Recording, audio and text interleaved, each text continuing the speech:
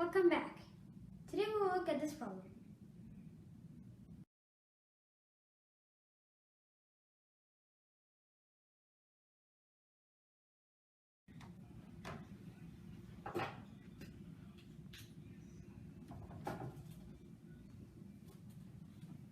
Solution.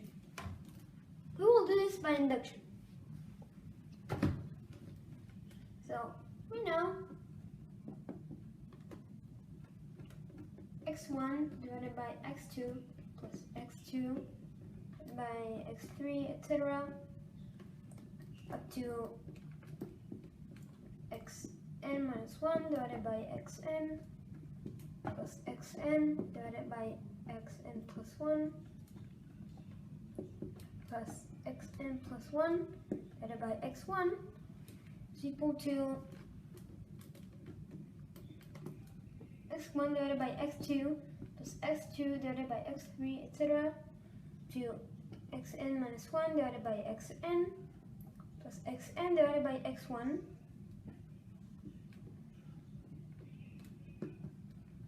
plus xn divided by xn plus 1 plus xn plus 1 divided by x1 minus xn divided by x1.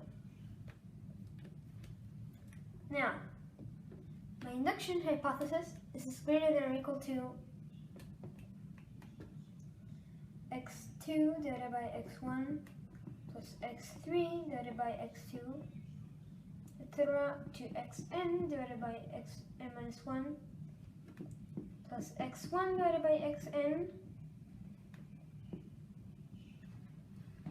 plus xn divided by xn plus 1 plus xn plus 1 divided by x1 minus xn divided by x1.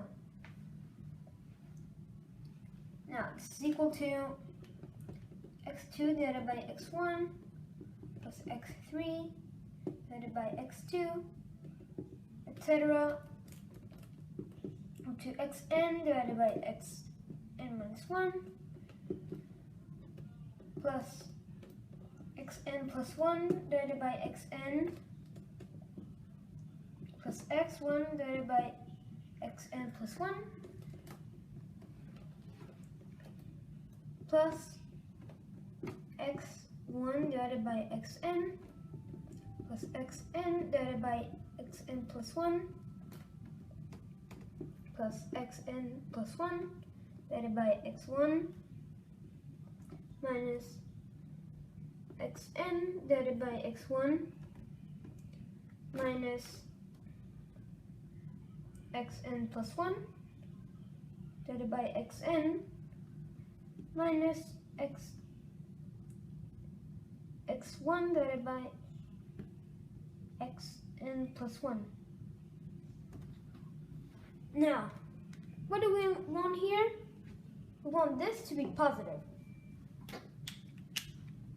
That is, we need x1 divided by xn plus xn divided by xn plus 1 plus xn plus 1 divided by x1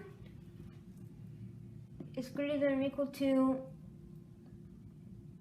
xn divided by x1 plus xn plus 1 divided by xn plus x1 divided by xn plus 1.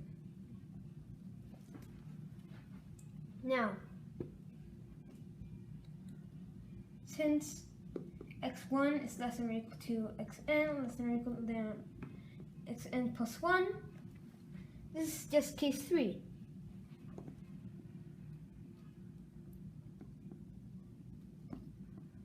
This is case 3.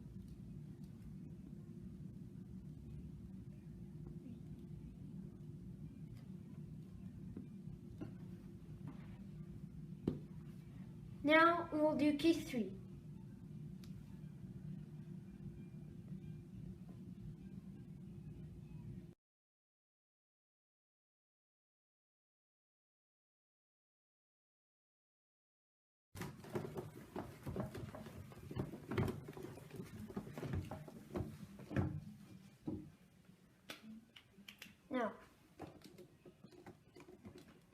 Proof of case 3. Let A divided by B be X, B divided by C be Y, and C divided by A be Z. And the problem is equivalent to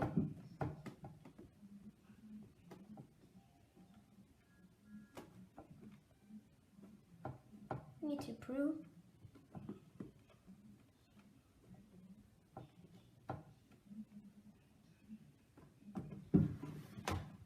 if X times Y times Z is equal to 1, then X minus 1 over X plus Y minus 1 over Y plus Z minus 1 over Z is greater than or equal to 0. Now, I will call this, if X and Y are less than or equal to 1. Now, I'll call this f of X comma Y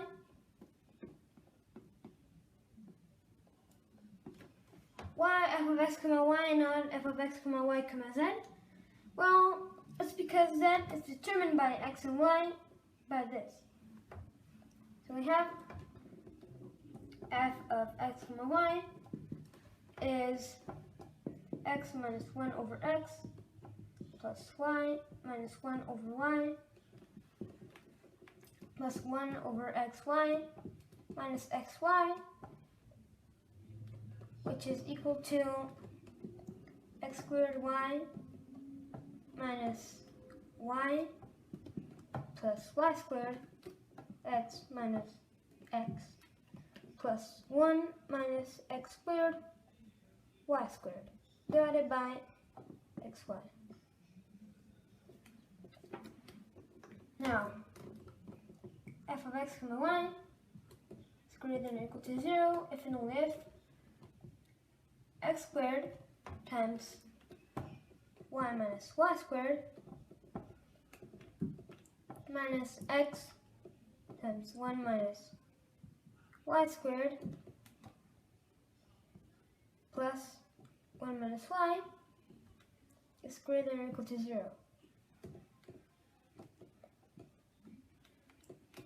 Now, since Y is less than or equal to 1, we have that this is positive. So we will cancel by 1 minus Y. So we have X squared times, YX squared minus X times 1 plus Y plus 1 is greater than or equal to 0. This got 1 minus Y outside of everything. So now we want to minimize this, but we won't minimize this with X and Y. We'll just fix Y and minimize this with X. So we will take the partial derivative with respect to X of Y times X squared minus X times 1 plus Y plus 1. Repeat this and we get is equal to 2xy minus 1 plus y, which is greater than or equal to 0 if and only if x is greater than or equal to 1 plus y divided by 2y. But since y is less than or equal to 1, this is greater than or equal to 1. So this means that this function here with x is decreasing when x is in between 0 and 1.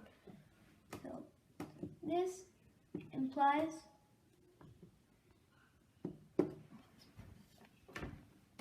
yx squared minus x times 1 plus y plus 1 is decreasing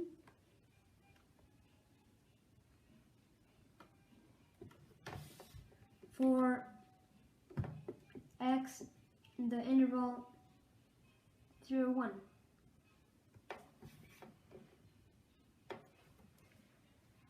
Now, since this is decreasing for x in 0, 1, then we have that the minimum of this is reached when x is equal to 1. Which implies that f of x comma y is greater than or equal to f of 1 comma y, which is equal to, oh, this is 0 when x is equal to 1. So we have 1 minus 1 over y. Now this is 1 over y. And this is y. So the y's cancel, the 1 over y's cancel, and this is 0. This means that f of x comma y is greater than or equal to 0, which completes the proof of case 3, which therefore completes the solution.